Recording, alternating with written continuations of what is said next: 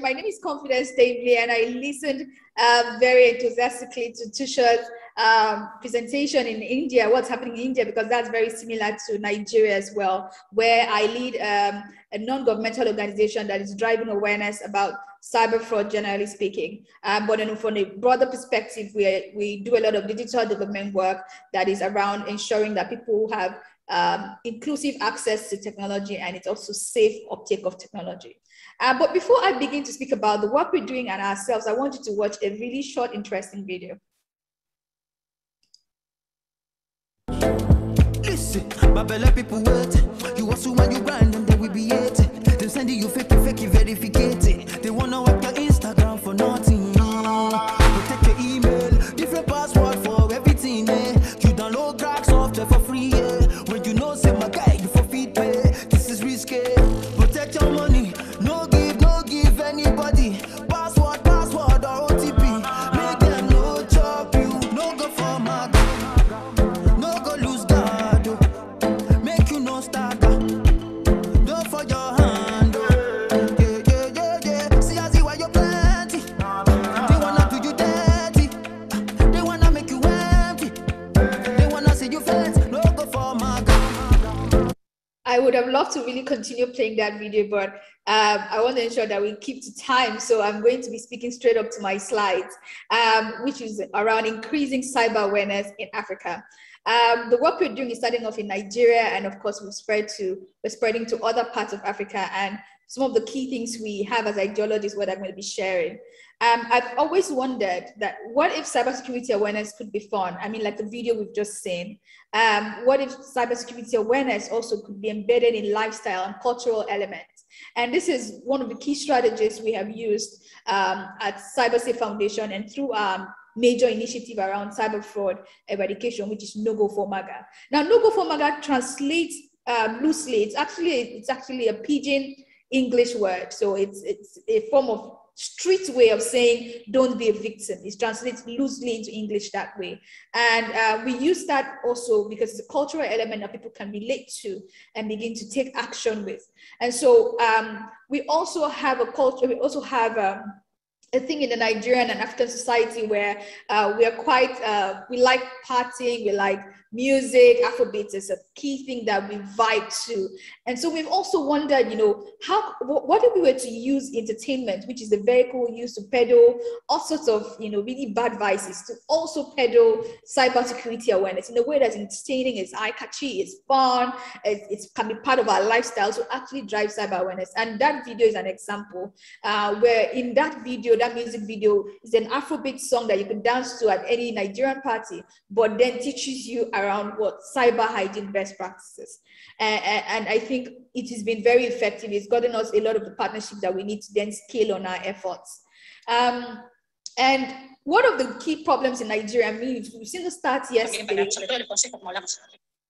We've seen the statistics yesterday that shows that cyber incidents are reported, you know, are reported to have spiked in Nigeria. And the problem with that is largely on cyber awareness issues. A lot of people are not cyber aware. And I will also take a quick break to play this video. It's actually a vox pop. We took a camera to the streets of Lagos and we asked someone to give us sensitive information with a camera to their faces and them knowing that there's a camera to their face. And this is what happened. Okay, hi Cosmos. So it's that, well, first of all, I need to ask, are you on Facebook, Twitter, Instagram, or do you have an email address? I am in all of those above. Okay. So it's Cybersecurity Month, and we have an app here that we're using to test how strong people's passwords are. So if you could give me one of your online passwords, I will include it here and test how strong it is. Okay. Okay. Oh, okay. Okay, so let me see whether I can give you my email's password. My email address. Successful one. Let me know if it is capital letters, small letters. Small caps. Okay. Okay, all right. Thank you very much for your time. How can we find you on Facebook, or how can we find you on Instagram? Okay, on Instagram and spells yes. Okay. On Twitter. Okay, so I'm just going to skip past that really quickly. But the key thing to note was we actually got his password for his email. The only reason why someone would do that on camera is because they do not know better. And we found this, to be quite a thing across Nigeria and across Africa. And so what we're doing is we're building a strong community of passionate volunteers that are driving awareness around cyber safety through a number of ways. So we have a huge community we're building that's growing every day. Another strategy we've used is fun and engaging online content. We're using music videos. We're using Instagram Reels. We don't use TikTok though, but we use Instagram Reels to make videos that are fun and relatable. We're using short form videos as well to teach quite a lot about cyber safety. We're also using relatable and actionable offline content. So we're using, for example, toolkits that people can take into socioeconomic melting points like markets, like schools, like churches, to then drive awareness in those places. We're using radio dramas. So when Tusha was speaking about radio, I could relate very much. We have radio dramas currently running on radio stations across Africa.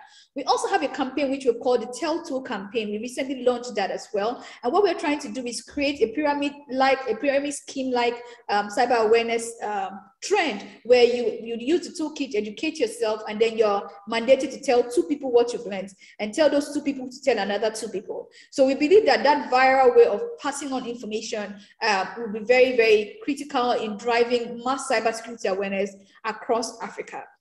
But very strongly, we're limited in certain ways. And one of those, and looking to also scale the work we do requires very strong strategic collaborations that extend our influence.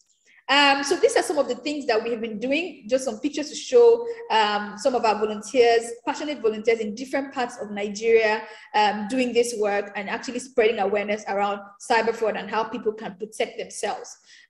We have these interesting memes, we have interesting graphics created, very engaging online content that we use and that's very relatable. We have also the toolkit I spoke about. We have radio dramas that have been sponsored by the UK government as well that we're spreading and using across our community. The piece you're... sorry, we can't play that because of time as well. We have, like I mentioned, outreaches. So we go to socioeconomic melting point. So Nigerians are also very religious people. And so going to those churches, for example, does a lot of good for us. We are hoping that very soon we can take this to the mosque as well and to every worship place. And so meeting them in those points where class isn't a thing anymore, the rich sit with the poor and everyone is sitting together, we found to be very effective. We go to markets as well, and while people are trading and doing their business and buying wares, we are also driving awareness around how people can ensure that they do not fall for very common phishing scams, which we're seeing across Nigeria and across the other parts of Africa. We are teaching people how, what sensitive information is, like your one-time password is sensitive information. We're teaching people that using 2-factor authentication is great practice as well.